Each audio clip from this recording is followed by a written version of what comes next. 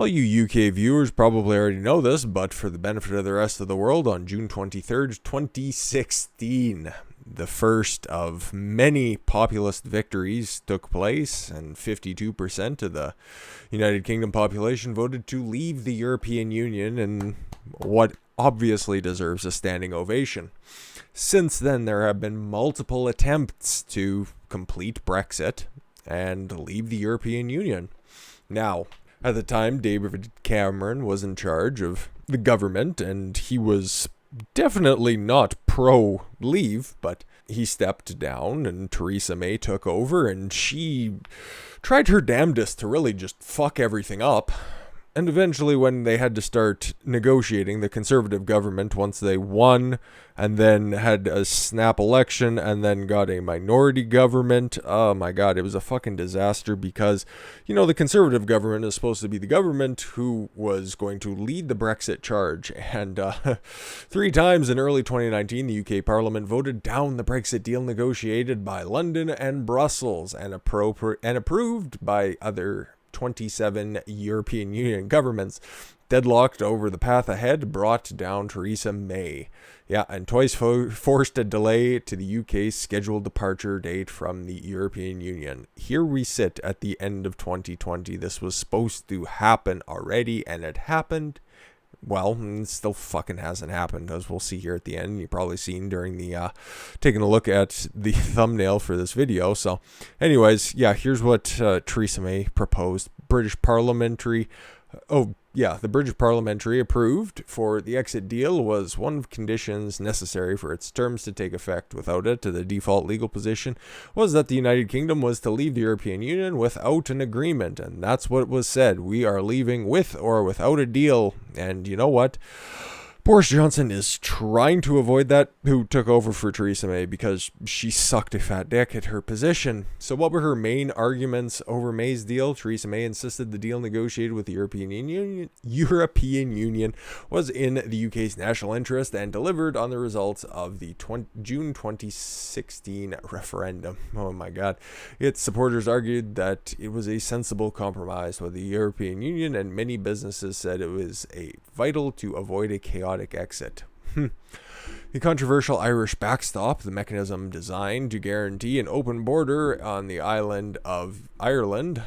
My fucking ancestors have become just woke simps for the fucking European Union. It disgusts me to no end. With one of the main reasons the MPs rejected the agreement, many leavers also argued that the deal leaves the United Kingdom too closely entangled with the European Union, and some say they would prefer no deal at all. Yeah, because you would basically... I remember this at the time, and yeah, people on the leave side who won the election, by the way, were saying literally you're just agreeing to a deal that would be exactly the same, and we just wouldn't have a seat at the table at Brussels, so why the fuck would we agree to that? Yeah, exactly. Many Remainers, meanwhile, say the agreement was far worse than current membership terms and fails to deal properly with future relations. Some would like to offer the public the chance to overturn the results of the 2016 referendum, and they're still moaning and fucking complaining about that. The main Labour opposition says the deal does not meet its 6 Brexit test, which includes a custom union with the European Union. Yeah, it would be nice to have a trade deal with the rest of the European Union, but when Britain and, well, more specifically the UK are paying a way more into the European Union, that is very tough to say, Jesus, than what they are receiving from it, what the fuck is the point? So the long withdrawal agreement, this is Theresa May's agreement, by the way, a shorter political declaration were the result of nearly 2 years of negotiations between London and Brussels is where the European Union is headquartered, by the way. The deal was approved by the British government and other 27 EU countries in November. The legally binding withdrawal agreement would establish a transition or implementation period to run after Brexit until the end of 2020, during which many existing arrangements would stay in place. Although no longer a European Union member, the UK would still have to conform to EU rules during this period. Yeah, so you got to adhere to our rules, but you don't have any say in it. What was that thing about the American Revolution? No taxation without representation? Yeah, you know what? The people that left the UK, they want the predecessors to adhere to that doctrine some 200 plus years later. Oh, just be nice. Come on, open borders. Transition can be extended for up to 1 or 2 years with a decision taken by mutual consent before July 1st, 2020. Critics of the deal argue that they far from taking back control, a key pro-Brexit referendum slogan. Yeah, exactly. The UK would be surrendering it to the European Union. It would be outside the EU's institutions with no formal say over the rules it would have to follow. The advantage, however, is that it avoids a cliff's edge Brexit, giving people and businesses a time to adapt to the UK outside the European Union. It allows more time to reach a final deal. Yeah, it was basically just you don't get to decide your future. The European Union is still going to control you, and that's our deal. And that's why Theresa May lost her position. Boris Johnson came in, got the huge victory this time last year, and has since pissed away all of his fucking support. It has been disgusting to watch the downfall of the European Union. I couldn't be more happy about the downfall of the European Union. But no, the downfall of the UK under the Conservatives' enormous majority, and they're just pissing away all of their goodwill. Like, there are places in the UK that voted Conservative for the first time in generations.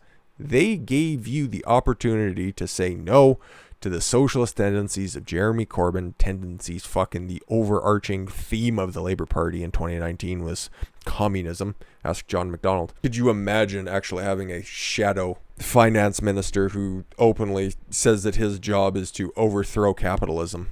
Unfucking believable. But yeah, to have all of that steam coming out of that election and then to just piss everything away, and then the only thing that you were fucking elected for, you can't get done. You can't get it done. Final deadline for Brexit deal extended yet again as year-end looms. Unbelievable. British and European Union negotiation teams have agreed to push back the latest in a long line of final deadlines. Yes, because the final deadline was supposed to be, like we were just seeing before with Theresa May's deal, who has been out of government now for over a year. But yeah, just another fucking extension because apparently no deal is off the table. Interesting. For the Brexit deal to be done yet again with both the European Commission President Ursula von der Leyen and British Prime Minister Boris Johnson pledging to go the extra mile. Boris won't physically because he probably can't, but metaphorically, I'm sure. Whatever. As things stand, and this was basically with what Ursula and I agreed, we are still very far apart on some key things, like fishing rights. The European Union, this is what I've heard. The European Union wants to be able to fish in British waters, and this was one of the main decisions to leave the European Union. And they want to be able to sell, the British want to be able to sell to the European Union at 60%. Fucking makes sense, right? We want our waters back. Okay, but you got to sell to us at 60% of what you're capable of. Fuck off. But there is a life. Oh, there is life. There is hope. The UK certainly won't be walking away from talks. I think people would expect us to go the extra mile, he said.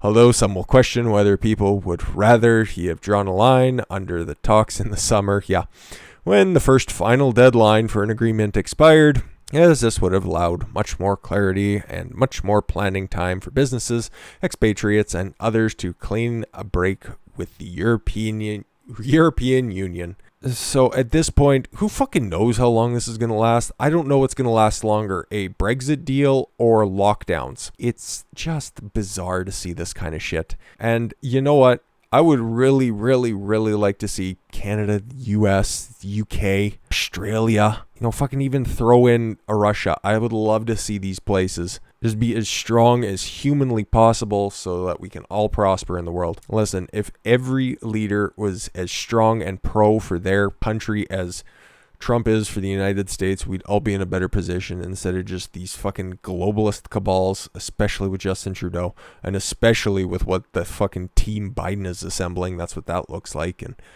I don't know, just the soft-shoed and spineless approach that Boris Johnson is taking with Brexit is just disgusting to see.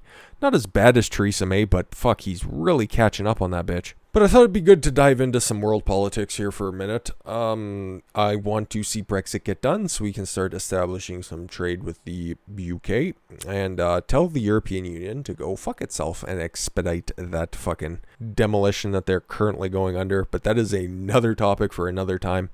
Anyways, guys, whenever you're watching this, if it's Sunday night, please enjoy the rest of your weekend. It's giving me a lot of time to think. And hopefully you guys have spent some time with your family and your loved ones and really gotten back to basics, because we're going to have to hunker down over the winter and start figuring out some big shit, and hopefully be there to join me.